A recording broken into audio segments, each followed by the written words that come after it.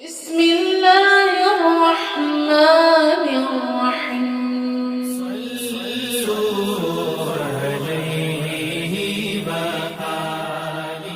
صحیح بخاری حدیث نمبر 381۔ ام المومنین میمونہ رضی اللہ تعالی عنہا سے روایت ہے، انہوں نے کہا کہ نبی کریم صلی اللہ علیہ وسلم سجدہ گاہ یعنی چھوٹے مصلے پر نماز پڑھا کرتے تھے۔ صحیح بخاری حدیث نمبر 382۔ حضرت عائشہ رضی اللہ عنہا نے فرمایا کہ میں رسول اللہ صلی اللہ علیہ وسلم کے آگے سو جاتی اور میرے پاؤں آپ کے قبلے میں ہوتے۔ جب آپ سجدہ کرتے تو میرے پاؤں کو آہستہ سے دبا دیتے، میں اپنے پاؤں سمیٹ لیتی اور آپ جب کھڑے ہو جاتے تو میں انہیں پھر پھیلا دیتی۔ ان دنوں گھروں میں چراغ بھی نہیں ہوا کرتے تھے۔ صحیح بخاری حدیث نمبر 383۔ عروہ نے خبر دی کہ حضرت عائشہ رضی اللہ تعالی عنہا نے انہیں بتایا کہ رسول اللہ صلی اللہ علیہ وسلم اپنے گھر کے بچھونے پر نماز پڑھتے اور حضرت عائشہ رضی اللہ تعالی عنہا آپ کے اور قبلے کے درمیان اس طرح لیٹی ہوتیں جیسے نماز کے لیے جنازہ رکھا جاتا ہے۔ صحیح بخاری حدیث نمبر 384۔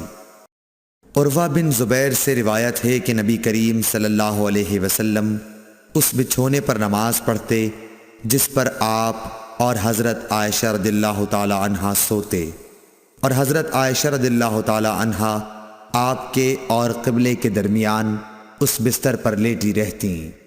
صحیح بخاری حدیث نمبر 385۔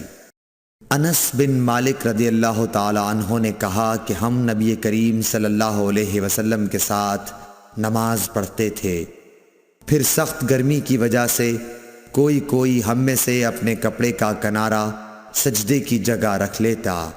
صحیح بخاری حدیث نمبر 386۔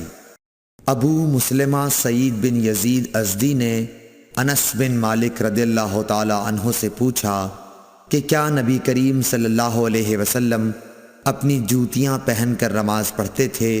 تو انہوں نے فرمایا کہ ہاں۔ صحیح بخاری حدیث نمبر 387۔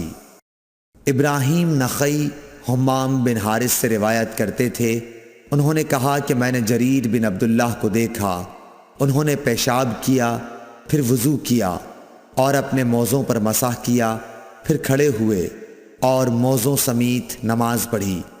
آپ سے جب اس کے متعلق پوچھا گیا تو فرمایا کہ میں نے نبی کریم صلی اللہ علیہ وسلم کو ایسا ہی کرتے دیکھا ہے۔ ابراہیم نخعی نے کہا کہ یہ حدیث لوگوں کی نظر میں بہت پسندیدہ تھی کیونکہ جریر رضی اللہ تعالی عنہ آخر میں اسلام لائے تھے۔ صحیح بخاری حدیث نمبر 388۔ مغیرہ بن شعبہ نے کہا کہ میں نے نبی کریم صلی اللہ علیہ وسلم کو وضو کرایا، آپ نے اپنے موزوں پر مسح کیا اور نماز پڑھی۔ صحیح بخاری حدیث نمبر 389۔ حذیفہ رضی اللہ تعالی عنہ نے ایک شخص کو دیکھا جو رکوع اور سجدہ پوری طرح نہیں کرتا تھا۔ جب اس نے اپنی نماز پوری کر لی تو حذیفہ رضی اللہ تعالی عنہ نے فرمایا کہ تم نے نماز ہی نہیں پڑھی۔ ابو وائل راوی نے کہا میں خیال کرتا ہوں کہ حضرت حذیفہ رضی اللہ تعالی عنہ نے یہ بھی فرمایا کہ اگر تو ایسی ہی نماز پر مر جاتا تو آن حضرت صلی اللہ علیہ وسلم کی سنت پر نہیں مرتا۔ صحیح بخاری حدیث نمبر 390۔ عبداللہ بن مالک بن بحینہ سے روایت ہے کہ نبی کریم صلی اللہ علیہ وسلم جب نماز پڑھتے تو اپنے بازوؤں کے درمیان اس قدر کشادگی کر دیتے کہ دونوں بغلوں کی سفیدی ظاہر ہونے لگتی تھی، اور لیث نے یوں کہا کہ مجھ سے جعفر بن ربیعہ نے اسی طرح حدیث بیان کی۔ Thanks for watching.